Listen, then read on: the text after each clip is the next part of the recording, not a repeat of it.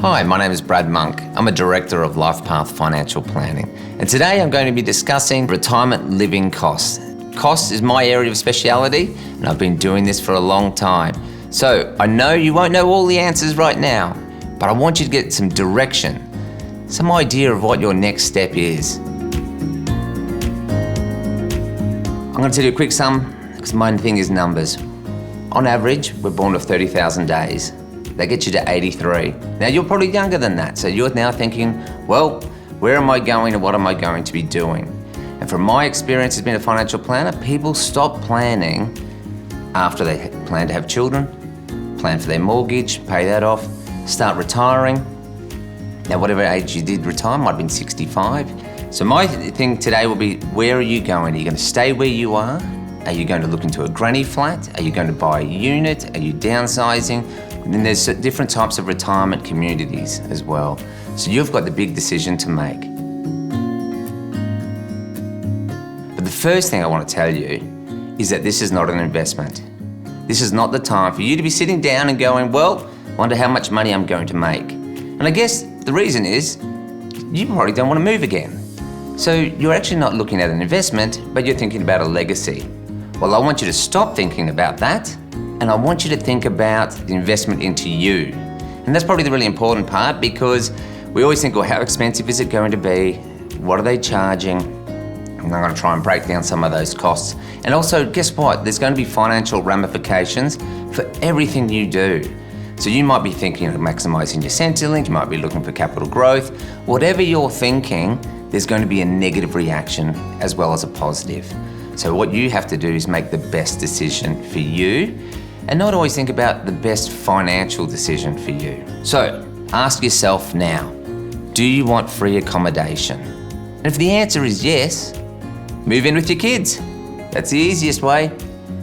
Just joking, who'd want to do that? So what you need to be thinking about, well, if I am going to move into something, why am I moving into it? And for a retirement community, if that is what you're looking for, you might be thinking of safety, there's a community, there's activities, there's maintenance, lifestyle. You might even be able to free up a bit of equity so you can spend some money on yourself. That'd be nice, time to be a bit selfish for you. Or you might even have your children putting a bit of pressure on you as well. So what you need to be thinking of is, why am I doing it? What's the important reason for why am I doing it? First things, the entry costs. That's the big one, isn't it? They're not letting you move in for free. Now, you might move into a land lease, you might move into a rental, you might move into a retirement village community, but all of them have upfront costs. And there might be stamp duty on some of them, legal costs if you need to speak to a lawyer, you might want titles. So there's many costs that are coming in, and what you need to do is actually ask that. Very first, what is it, the upfront cost? Now, this is the catch. This is the bit that's going to scare most of you, is the upfront cost. So there'll be some of you watching this today that will take the easy option, which is to do nothing. Because everyone knows that if we don't do anything, then we don't have to change anything, and that's great. Some of you will actually make a decision to go, no, it's not for me, and that's perfect. Now, I have a grandmother. I had a grandmother, unfortunately. And I think we all have known people in the past who have moved into these retirement communities, and it was deemed to be God's waiting area, or a waiting area where you might have to move into care. Those times have changed. We now have the baby boomer generation that have come through, and they are looking to live, and they want, whether it's a pool, whether it's this community, whether there's wine clubs. There's so many different things that people are looking for, and you need to know, what are you looking for? Because that's really going to be important to you. But it doesn't stop there. You might now think, oh, well, I've paid the upfront, I don't have to pay anything ongoing. Well, okay, you're wrong. There's ongoing costs. Doesn't matter whatever you are. So if you live in your own house, there's maintenance costs for your own house, there's rates, there's insurance, and of course, you do need to put in money aside for when the roof leaks and things going forward. So same thing with these type of retirement communities. They might have a general services charge, there might be rent. It all depends on what you choose and where you're going to live. So you need to actually summarise those ongoing costs and see if it is affordable for you. Just because they say the word cost doesn't necessarily mean it's unaffordable. You'll have your own expenses that you can afford, and you need to calculate that going forward. Is that it? No, that's not it. There's also costs on the way out. Even when you're selling your own house, you may find that there's real estate commission that you need to pay, and if it was an investment property, there could be even capital gains, so there are costs involved there. But if you move into a retirement community, there will be potential management costs on the way out. Others have different types of costs, so you need to know the ingoing costs, the ongoing costs, and the exit costs. But you also need to compare it from where you currently are, because remember, there's nothing free, unless you live with your kids. But what you need to be able to do here is to figure out what is affordable to you and what are you willing to pay. So then you move into this retirement community. You need to know what are the pros and the cons. So we've now gone from what the financial benefits are to now what are the benefits for me. And you need to be looking at the certainty of exit. So how long does it take for my estate to get the money once I leave? Who's going to have the hassle of looking after my affairs? So that's really important to know. And in these retirement communities, there are contracts for that. Some will have capital gains sharing, others don't have capital gains sharing. Is it important to you? What's the purpose of you could have of increasing the capital gain? Maybe it's out of your control, and certainly in the markets, those things are out of your control. So you need to know, is that a positive or a negative? Maintenance. As we get older, we don't want to be repairing everything. We want to be using our time for what we want to do. And that's the great thing about communities. You get the opportunity to either participate or not participate. And I'm sure you're fully aware of all the things that you're going to be doing. It's a similar aged community. I love that. As I get older and my children get older, there's things now that I don't like listening to, particularly one is their music. So with a similar age community, you may find that you have similar interests. But one of the things I do love here, and it may be a bit of a cost for you going forward, is the happy hour that most of these communities participate in. It is a fantastic way to meet people. Whether you're drinking cordial or whatever you drink, you can have whatever you want, but it is a great time to actually meet people. Then we're going to be talking about the new contracts that Avayo are going to be discussing. You get to choose how you pay to get in or what you may be paying later on. And each one of those decisions that you make will have a positive or a negative consequence.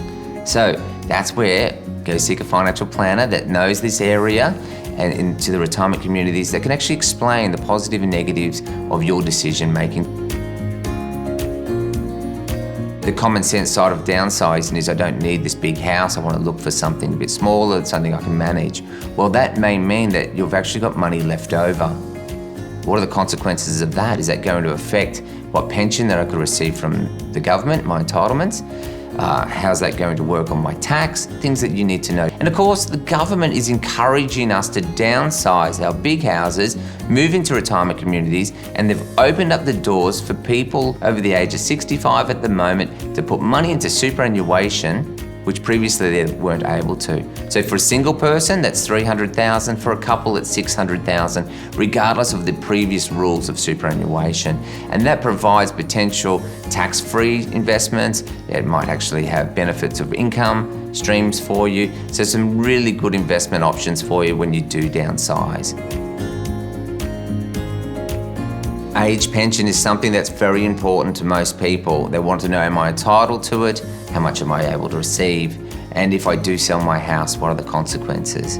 Well, the figures which we have here at the moment are only for homeowners. So a homeowner is somebody who pays more than $216,500 to buy their accommodation. So technically they're now a homeowner, and then what money left over in your savings account from selling your house and purchasing your new unit or your new home or whatever you do move into, then these consequences will reduce your Centrelink pension until you hit these other totals here, and these amounts will then mean you will no longer receive any Centrelink.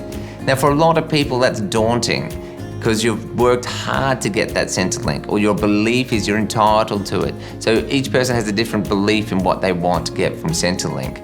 Now, it doesn't mean you're out of the never to receive Centrelink again. It might just take a little while before you receive it, or there's some really good investment options out there that can maximize your Centrelink benefits. So again, seek a specialist that understands not only retirement living communities, but also superannuation and Centrelink pensions. Talking about superannuation, I've mentioned how you now have the ability to put money into superannuation, but it's not all bells and whistles. There's not all just 100% positive things. We also have what we call a similar death tax in superannuation. If you have a taxable component, then on your passing, then you may actually have a tax liability depending on who you leave that money to. So it's very important today that you take this opportunity to look at the downsizing laws of superannuation, of when you do sell your house. There's 90-day time limit to be able to utilise superannuation.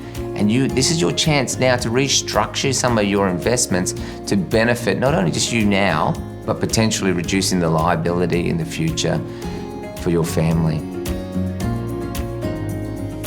So it's a great time. Not only are you changing your lifestyle, you're downsizing, now it's also a good time to really look at your finances and focus on the long-term future going forward. And that brings me back to where we were right at the start. On those days, I've mentioned how many days we had on average to go. And I don't know how old you are, and you don't know how many days you've got left. But I can give you this one message: make every day count. Make a decision. Don't take the easy option by not deciding. And if that option is to stay at home, prepare that house for the rest of your life. Because when you make this next move, that's the goal. This is your last move, and your financial ramifications and that are very important. And you need to know, maybe I'll need care in the future, maybe I won't, but you need to make sure that you have the money to meet that just in case. So step one, this is where you are today. You need to do your research. You need to go out there and find out what is it that you want? Where do you want to be? Once you've then made that decision, then look at your finances. Can I afford it? Is this going to be okay? Don't talk to your neighbour. Actually seek specialist advice. Say, is this plan going to work? If you do choose to stay at home, as I said, set up the home. If you then choose, yes, a retirement community is for me, well, then that's the next step. You need to seek legal advice. Is this the contract for me? What does it mean? Don't just assume that you have a good understanding. Make sure you do. Declutter, reducing what's inside the house, because that's another big point that why we don't move. We look around our house and go, well, this job is just too big. Well, it's not. There are people to help you. And then guess what? Once you've then done all of that, move in and enjoy yourself. Don't be afraid to spend money, because that's what you did all the hard work accumulating it. Now it's your time. Enjoy yourself, and I hope you found this to be very informative.